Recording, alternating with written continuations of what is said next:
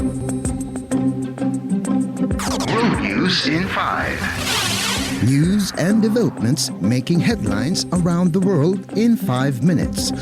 World News in 5. Here on Radyo Pilipinas Worldwide. Good day. This is World News in 5 here on Radyo Pilipinas World Service. Among to be included in the discussions in this week's North Atlantic Treaty Organization or NATO summit is strengthening security ties of allied nations with South Korea and Japan as concerns mount due to the deepening military cooperation between Russia and North Korea. From the 9th to the 11th of July, leaders of the 32 NATO member states will convene in Washington to discuss ways to supply Ukraine with additional military support to assist the Eastern European country in its war against Russia. NATO has invited the Indo-Pacific Four, or IP4, composed of Japan, South Korea, Australia, and New Zealand to the summit, where the United States plans to meet Japan and South Korea during the sidelines of the summit. Russian President Vladimir Putin and North Korean leader Kim Jong-un signed a mutual defense agreement in Pyongyang last June, with the North Korean leader renewing the country's support for Russia's war of justice against Ukraine. Both the U.S. and South Korea have estimated around 10,000 containers of munitions were sent to Russia by North Korea, which Moscow and Pyongyang denied. World News in 5. Here on Radyo Pilipinas Worldwide. At least 11 people have died while 8 others are unaccounted for following heavy rains that triggered flash floods and landslides in the South Asian country of Nepal. Local police said 12 others were injured while rescue workers are trying to clear the landslides and open the roads so that they can reach those people missing who were believed to be buried in piles of mud and debris. The transboundary river of Koshi, which flows through Nepal, India, and China, is already flowing above the danger level and continues to rise.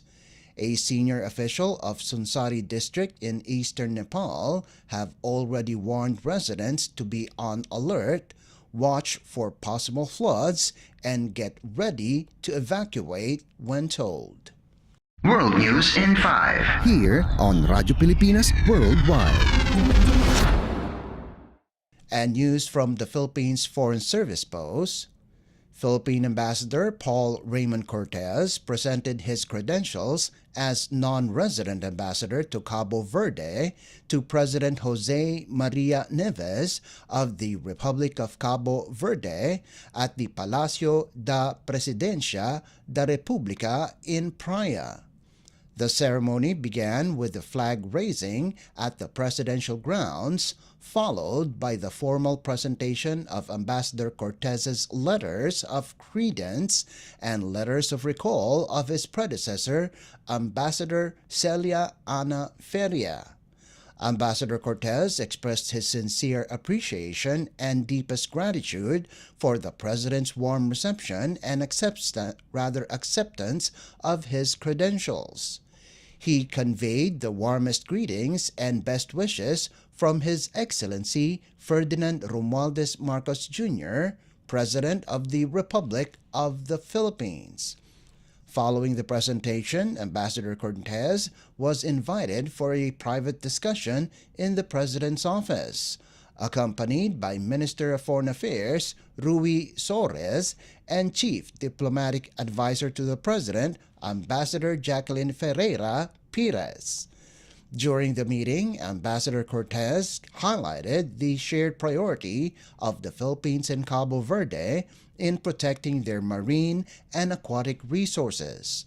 President Neves expressed a desire for increased interaction between officials of both countries, noting the historical gap since the last official visit from Cabo Verde to the Philippines in 1979. Ambassador Cortez underscored that digital infrastructure and information technology present significant prospects in strengthening bilateral cooperation between the Philippines and Cabo Verde.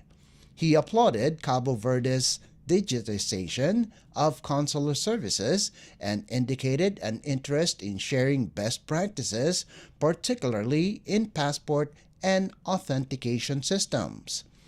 Recognizing the relevance of both countries' populations abroad, the Philippines and Cabo Verde recognized the need for comprehensive migration strategies. Ambassador Cortez provided insights into the Philippines' migration management, and President Neves indicated an interest in learning from these techniques.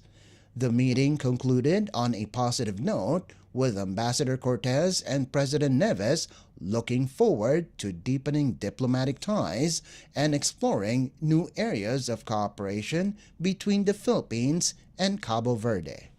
World News in 5. Here on Radyo Pilipinas Worldwide. And that concludes today's edition of World News in 5. For Radyo Pilipinas World Service, this is Leo Magpayo. Good day.